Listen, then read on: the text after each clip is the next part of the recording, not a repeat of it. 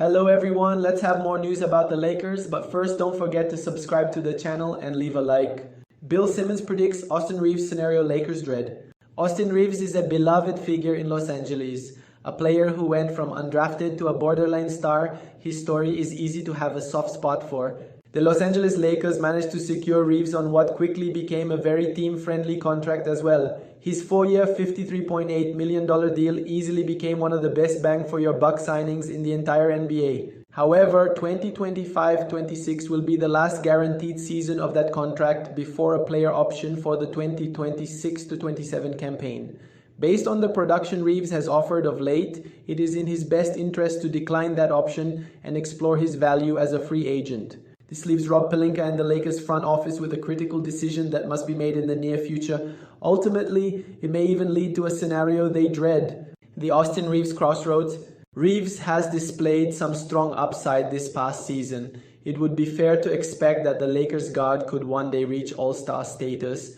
However, the dollar value of his next contract and whether the front office wants to commit to that contract is a genuine question that needs to be asked.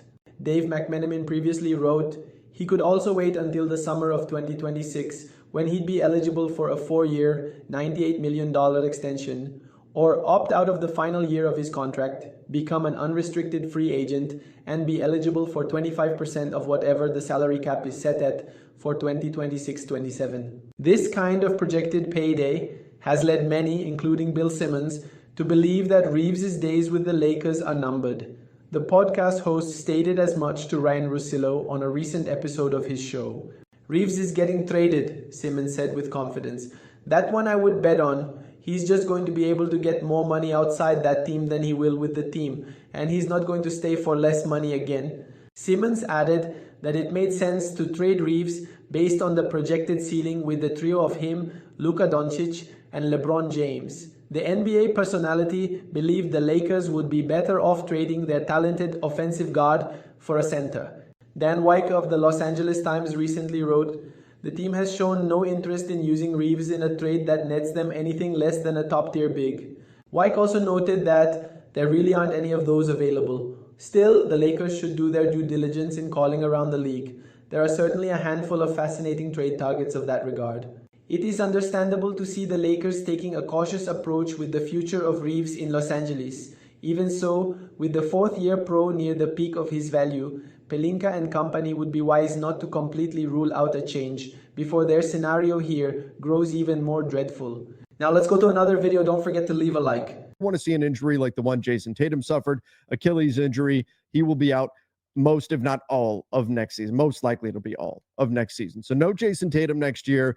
And the Celtics, as presently constructed, even without the free agent Al Horford, they are projected to cost about $500 million. That's billion with a B dollars when you add up their roster and the penalties that they would incur. So the belief around the NBA is that the Celtics are going to jettison talent and try to cut costs. Now, Kristaps Porzingis and Drew Holiday are the two names believed to be most available by the Boston Celtics. So could this deal make sense for them?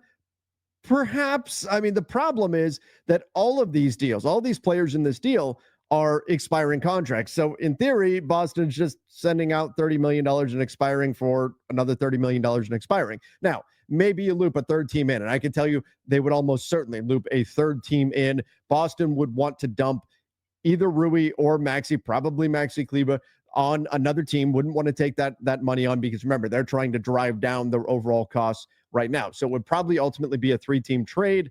Also have to note right now, the way the deal is currently structured, the Lakers would actually be taking back more salary than they send out, which would trigger a hard cap at the first-tier apron, which would probably be a no-no. So once again, the actual deal would include a third team in here to absorb some salary. But this is the bones of the deal.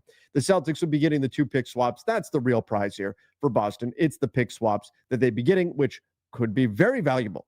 They could also be nothing. That's just the nature of the beast with pick swaps. This one that I put in here, or the pair I put in here, 2028, 2031. So Boston will be getting those things. From the Lakers side, though, should the Lakers really take a look at this? Well, first and foremost, everybody knows exactly what the Lakers need, and that's a center. You've got to get a center.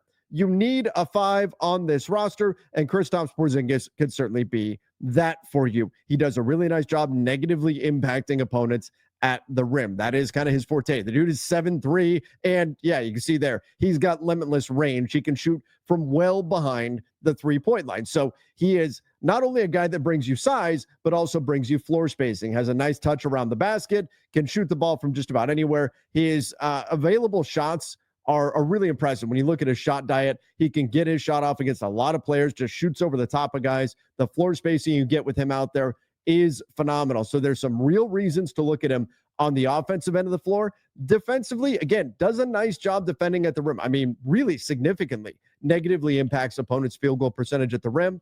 The challenge with him is on the perimeter. Guards, when he gets switched on the guards, tend to do a pretty good job scoring against him. In fact, they get open threes at maybe an alarming rate when Porzingis is asked to defend out on the perimeter. There he is as a lob threat on that play there, but that's actually one negative here for Kristaps Porzingis. It's his abilities as a lob threat. So we're going to talk about that in just a minute. But the bottom line, this is a big dude that can play either the 4 or the 5. And there's actually some data out there that suggests that he's pretty damn good when you play him at the 4 next to a more burly center. That actually works out pretty darn well, particularly if that center that has that physicality to him has a little bit of maneuverability out there on the perimeter defensively. So I think, even if it is like a Jared Vanderbilt that you want to put out there, a non-shooter at the 4, they become more playable with a guy like Porzingis out there on the floor. And once again, he does have that incredible size to act as a rim protector. So there's some reasons to look at Kristaps Porzingis and think, you know what, he could be the option at center for the Lakers. He could be the go-to. And when we look at the long-term financial commitment, well, there really isn't one, right? Because when we look at this deal, Kristaps Porzingis, he's an expiring contract. Now, he is extension eligible, but you're probably not going to extend him off of a $30 million deal. You're going to give it the season, see if it works out with the Lakers or not, and then go from there. Now, he would be reuniting in LA. He'd be reuniting with Luka Doncic, with Dorian Finney-Smith. And if you were to flip this trade and turn it into Gabe Vincent going out instead of Maxi Kleber, then Maxi as well. They all played together in Dallas. However, it's not all good. I mean, when we look at it on the surface, we don't dig too deep. You think, okay, all right. Is Kristaps Porzingis in a vacuum better than Rui Hachimura? Yeah, probably, right? He certainly has a more diverse offensive game than Rui does. He can shoot the ball from range. Rui can as well. Rui is a really good three-point shooter, but Kristaps Porzingis has the ability to get off more difficult shots. So there's that. He is a much better rebounder and rim protector than Rui Hachimura is. They are not in the same league at all. So there's some reason to think, this could make some sense for the Lakers. However, like I said, it's not all great. And some of it is due to roster construction, but some of it is, well, we've seen this before with the Dallas Mavericks, and it didn't work. The Luka and Kristaps Porzingis pairing didn't work there. So are the Lakers convinced that it would work in LA? Now, when you dig into the net numbers, the Mavs were not bad when it was Porzingis and Luka on the floor together. However, what skill set is it that Luka really wants out of the center position? He wants a bouncy, rim-protecting lob threat. And I talked about Kristaps and his lob threat ability. It's not that great. You would think he'd be a pretty big-time lob threat, but here's a crazy stat for you. Kristaps Porzingis last season shot 3 times as many shots, roughly, as Jackson Hayes did. Jackson Hayes shot 3 times as many lobs as Kristaps Porzingis did. Think about that. 3 times as many shots for Porzingis than Hayes, and yet when it comes to lobs, Hayes had 3 times as many. Now, part of that is Kristaps has a much more versatile offensive game, much more diverse offensive game than Jackson. And Jackson Hayes, pretty much if it's not a lob, he's not shooting it. So that's part of it there. But nonetheless, he is not that uber bouncy lob threat. But as you can see there, he can occasionally put the ball on the floor. Straight line drives to the rim can be his thing. He is a much better offensive talent than I think anything the Lakers have had at the center position, or at least as a legit 5 in a long, long time. So that in and of itself makes it intriguing. However, again, is he the perfect fit with Luka? No, because we've seen it in the past. And maybe that should just be the end right there. If he's not the perfect fit with Luka, that's all that matters, right? The Lakers are looking for perfect fits around Luka Doncic. That's what they're trying to develop, is a team that is built around Luka. So that in and of itself is very problematic. But then from there, when we look at it from a roster building perspective. Is Kristaps Porzingis a better player than Rui Hachimura? Sure. Yeah, I think we could probably get to that point. Some may argue against it, but I think we could say it's a talent upgrade for the Lakers to turn Rui Hachimura into Kristaps Porzingis. So there's something right there. Plus, he's a center. That checks a really important box for the Lakers. So he's a talent upgrade and he's a center. So you're checking two boxes there. However, when you look at what the Lakers are ultimately giving up in this trade, you're talking about a lot of expiring money that you're giving up, plus a couple of pick swaps. Remember, the Lakers don't have a whole lot of assets to potentially use to make a deal. So if you are using one of your larger expiring contracts in Maxi Kleber, plus your biggest real expiring contract in Rui Hachimura, there is an opportunity cost to that, meaning you can't go use those guys on something else. And those pick swaps, you can't use them on something else. And that particularly becomes troubling when we recognize that, again, Porzingis is probably not the ideal fit with Luka. He's certainly not a long-term. Kristaps Porzingis is about to turn 30. Is he the big to put next to Luka for the next 5 years? That's what the hope was when the Lakers were trading for Mark Williams, that they were getting the big they wanted to put next to Luka for the next 5 years. And we know that simply did not work out. Now, again, financially, does this change much for the Lakers? No, not really. Financially, it doesn't, right? You've got expiring contracts going out, expiring contract coming in. You are freeing up one roster spot, but that just means you're going to have to spend at least a veteran minimum on that spot. So your net for the Lakers may indeed still wind up being negative, that you're paying out a bit more because we have to add in that you're filling in that roster spot. Though personally, I don't mind having an open roster spot. Lets the Lakers go out there, play around on the market, and hopefully find somebody with a veteran minimum. So I think that Kristaps Porzingis could help the Lakers. I don't think this, in a nutshell, is a terrible trade. However, I would not do it. If you want me to give my final verdict, I would not do this deal unless all my other avenues were also shut down. Again, if I'm going to give up first round pick swaps, I'm not saying this isn't a fair deal. And I think there's reason to believe Boston wouldn't even accept this. So I'm not saying this is not a fair deal for the Lakers to do value wise, but is this the guy that Luka's going to say, yes, we've got my long-term lob threat? No, he's done this. He's lived this life before with Kristaps Porzingis. And there's a reason why the Dallas Mavericks switched the archetype of center that they were looking for. They went after Derek Lively. They went after Daniel Gafford. Why? Luka wanted lob threats. That's not what Kristaps Porzingis is. So it's not like you do this deal and Luka tells the Lakers, hey, give me that contract extension right now. I want to put pen to paper as soon as possible.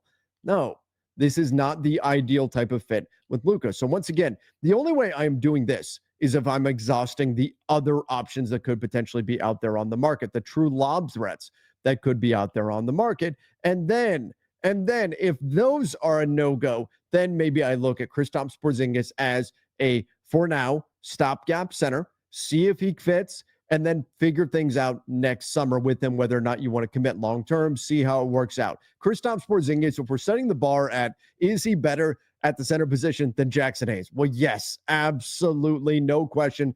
Easy decision. He is a starting center in today's NBA. He has a legitimate skill set. He could really help space the floor for the Lakers on offense. And I think you could really sell a second center to come in to be the physical like, could you imagine if they were able to get Kristaps Porzingis and Steven Adams? Whew, that would be a pretty nice duo where you could even float the idea of occasionally playing KP at the 4. There are merits to this deal, but is Luka going to be happy with this? Probably not. Again, it's not the lob threat that he's looking for. And so if you're the Lakers, for that reason alone, you can't do this unless you've exhausted all the other options. If everything else is dried up and it's this or go into next season again without a center, okay, I could sign on board for that. You give it a year, you see what's what next summer, and then figure out if you want to commit long-term or not next year to Kristaps Porzingis.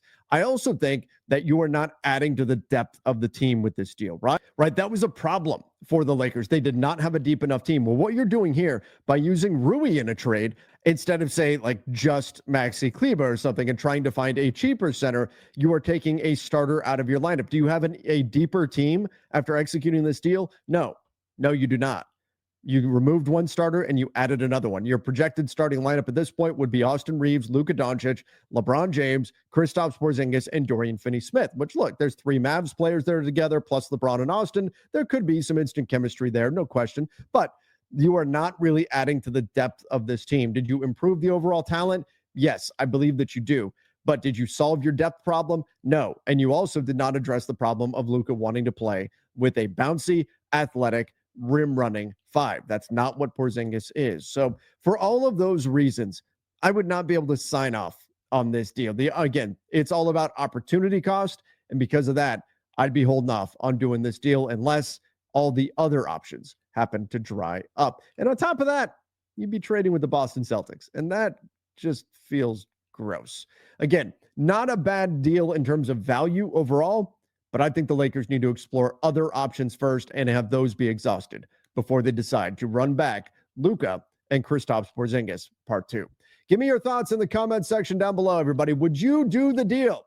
Again, final trade, Rui Hachimura, Maxi Kleber for Kristaps Porzingis. Are you going to do that deal plus a couple of pick swaps, leaving the Lakers? Let me know your thoughts in the comment section. Till next time, everybody. See ya. The regular season, but we did not see that in the postseason. Like if that's the way they want to attack this, if they really believe in the Luka, LeBron, Austin core, and it's going to be building around those three pillars, as Rob Pelinka said at the exit interview, that's fine. It's just then you need to build a roster that is going to supplement that and is going to amplify that. And it's going to need to be defensive guys who can do the dirty work and play with a certain level of motor, but it also needs to be a certain level of shooting and spacing and guys who can shoot high 30s, low 40s on threes consistently, can attack closeouts, can offensive rebound, can do the things that will help Luka, LeBron, and Austin do what they need to do offensively. So I think the Lakers have a lot to figure out in terms of their identity, forming one in theory, and then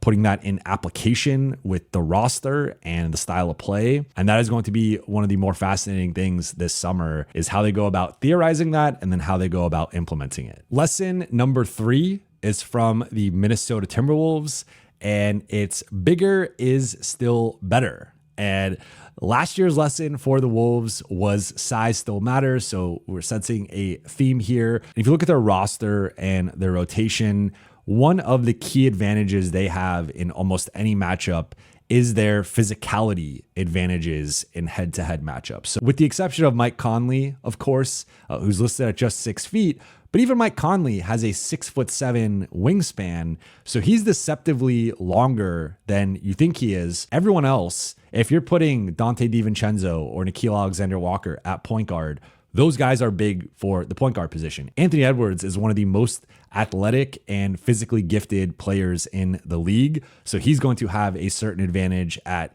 the shooting guard spot. Jaden McDaniels is a 6'9" small forward. Reminds me a lot of Trevor Ariza, and he has a physical advantage most of the time at small forward. You have Julius Randle, who's a 6'9" bowling ball.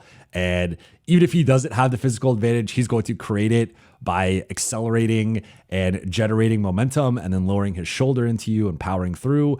And then you have Rudy Gobert, who is 7'2", one of the biggest players in the league, 4-time defensive player of the year, one of the league's better rebounders and rim protectors. So you look at that and like Minnesota has physical advantages in almost any matchup that they face. And as the Lakers can attest to in their 5-game loss to the Wolves, that still matters. Like basketball has trended over the last few years toward big men being more impactful than they were in, say, like the mid 2010s. Two big looks are back in vogue.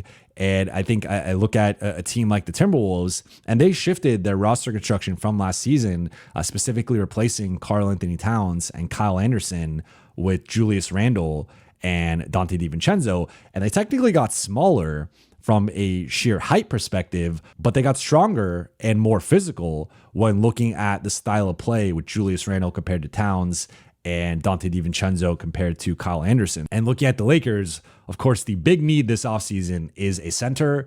I would contend that they need at least 2 centers, if not potentially 3. I think 2 or 3 would be ideal. 1 to me is the bare minimum. And I've mentioned this before, but the more I think about it, the Lakers have just not properly prioritized the center position in years. You could argue since the championship defense season, they have not really done a good job of supplementing the roster with rotation caliber centers. It's been a revolving door of vet minimum options.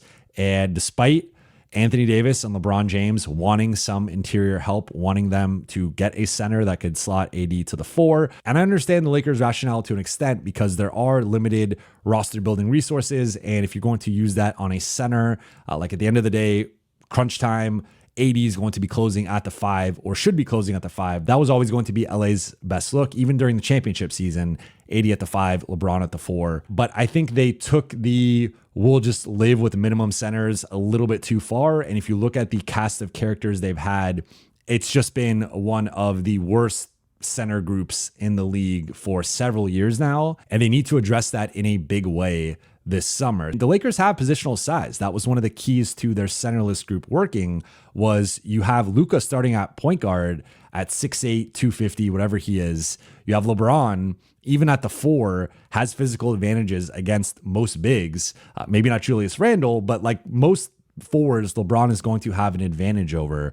Looking at Rui and Dorian Finney-Smith, like they had 4 power forwards in the top 6 of the rotation. So there was an element there of multiple guys 6'7" and above, 6'8" and above, and a certain level of strength and power with those 4 players. With the starting group and the top 6, top 7 of the rotation, there was a baseline level of size and power and strength, and the Lakers were able to go smaller, quote unquote, but stay relatively big with, again, I think in that centerless group, having 4 power forwards out there. Like that's not a small lineup.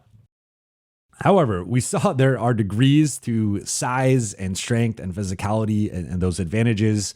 And Minnesota just big boyed them. They bullied them. They overpowered them. It looked like varsity versus JV at times during that series. So I think for the Lakers, it's going to have to be finding a way to upgrade the starting center spot and then likely adding another backup center that brings a certain level of physicality. And as I mentioned in a recent mailbag, I think my ideal offseason for the Lakers would look something like getting a Nick Claxton or a Daniel Gafford as the starting center, and then maybe a Steven Adams or a Day'Ron Sharpe as a backup center, and just finding that balance there of having the defensive anchor as the starter and then having a more physically imposing backup center to give you a couple of different looks there. And that is something that the Lakers really need to prioritize. And if you look at the West, OKC's not going away. They have Chet and Hartenstein. Denver's not going away. They have Jokic and Gordon. Minnesota's not going away. They have Randall and Gobert. And we'll see what happens with Naz Reid and his free agency situation. Houston has Şengün and potentially Adams, depending on what he does in free agency. So like the top teams in the West have a certain level of size. You could throw Memphis in there. You could throw Dallas in there. Like bigs are back in a big way, especially in the West. And the Lakers need to be able to match up with that. And to be clear, it's fine to have the centerless look in your toolkit, and it can be a valuable weapon in certain contexts. And we saw it down the stretch of the regular season against OKC, against Houston, against Memphis, against Dallas. LA was able to go smaller and dictate the terms of engagement, but that can't be your only option. And as we saw against Minnesota, that became LA's only option. So I think for LA, prioritizing physical advantages, prioritizing size and athleticism and strength, prioritizing rebounding, that's been something they have not prioritized well over the last few years. They need to be a better rebounding team. No rebounds, no rings, as Pat Riley once said. Like that needs to be part of the calculus into building this roster. Your lone look in the playoffs was a centerless look. You need to not have that be your only pitch. You need to have a more versatile center look, maybe a bruising, powerful center look, and then also the centerless look. And if you have those 3 options, then you can match up with just about anybody. And so I think that needs to finally be a priority for the Lakers this offseason. And the 4th and final lesson from the conference finalists is from the Indiana Pacers, and it is strength in numbers. And if you look at Indiana, they're doing things a bit unconventionally in terms of the depth of their rotation in these playoff series. In the first round against Milwaukee, they played 11 players double-digit minutes. In the second round against the Cavs, they played 10 players double-digit minutes. So through the first 2 rounds, they are averaging a 10.5-man rotation. Lakers projected to acquire Kristaps Porzingis in blockbuster deal with Celtics. The Los Angeles Lakers may be on the verge of making a major splash this offseason, with Bleacher Report's Andy Bailey proposing a stunning trade that would bring Boston Celtics big man Kristaps Porzingis to Hollywood. In the deal, the Lakers would send Rui Hachimura, Maxi Kleber, a 2030 first-round pick swap, and a 2032 first-round pick swap to the Celtics in exchange for the 7.3 Latvian. Porzingis, when healthy, remains one of the most unique big men in the NBA. He averaged 19.5 points, 6.8 rebounds, 2.1 assists, and 1.5 blocks per game while shooting an efficient 48.3% from the field and a scorching 41.2% from three-point range this past season. His ability to stretch the floor while protecting the rim would be a massive upgrade over the current Lakers starter, Jackson Hayes, especially as Los Angeles searches for front court help after trading Anthony Davis to Dallas in the blockbuster Luka Doncic deal. For Boston, the trade would signal a potential fire sale, with Jason Tatum recovering from a torn ACL and the Celtics facing over $500 million in projected salary and tax penalties next season. The team is rumored to be considering a major teardown. Reports have linked Derek White to the Golden State Warriors, while Jaylen Brown and Drew Holiday have drawn interest from the Houston Rockets. Offloading Porzingis for draft flexibility and younger forwards like Hachimura fits that plan. The Lakers, meanwhile, have been connected to several high-profile centers, but Porzingis offers the most complete offensive and defensive upside of the group. Daniel Gafford remains a trade option, especially given his chemistry with Luka Doncic and the Mavericks' logjam at the center spot. Mitchell Robinson could be a fallback candidate as well, though his health issues remain a concern. Nicholas Claxton would be an ideal fit, but sources say the Brooklyn Nets are reluctant to part with the athletic defensive anchor. As for the Lakers side of the deal, Rui Hachimura has been a solid contributor since arriving in 2023, averaging 12.6 points per game on 51.7% shooting with a strong 40.2% from three. Maxi Kleber, acquired in the Anthony Davis trade, made just one playoff appearance this year due to lingering injuries, but remains a capable stretch big when healthy. Porzingis, Hachimura, and Kleber all have contracts expiring after the 2025-26 season, which makes this move manageable financially for both sides. The Lakers preserve their core while giving LeBron James and Luka Doncic the kind of front-court star that can shoot, rim protect, and complement their playstyles. With James entering his 23rd season and Doncic now the franchise's long-term centerpiece, adding a versatile center like Porzingis would significantly raise the team's ceiling. This trade may not be official yet, but if the Celtics indeed begin a teardown, Porzingis to the Lakers could be the first domino. For a team still chasing banner number 18, this may be the boldest and most logical path forward. And you, fan, what do you think about Kristaps' situation? Leave your opinion in the comments.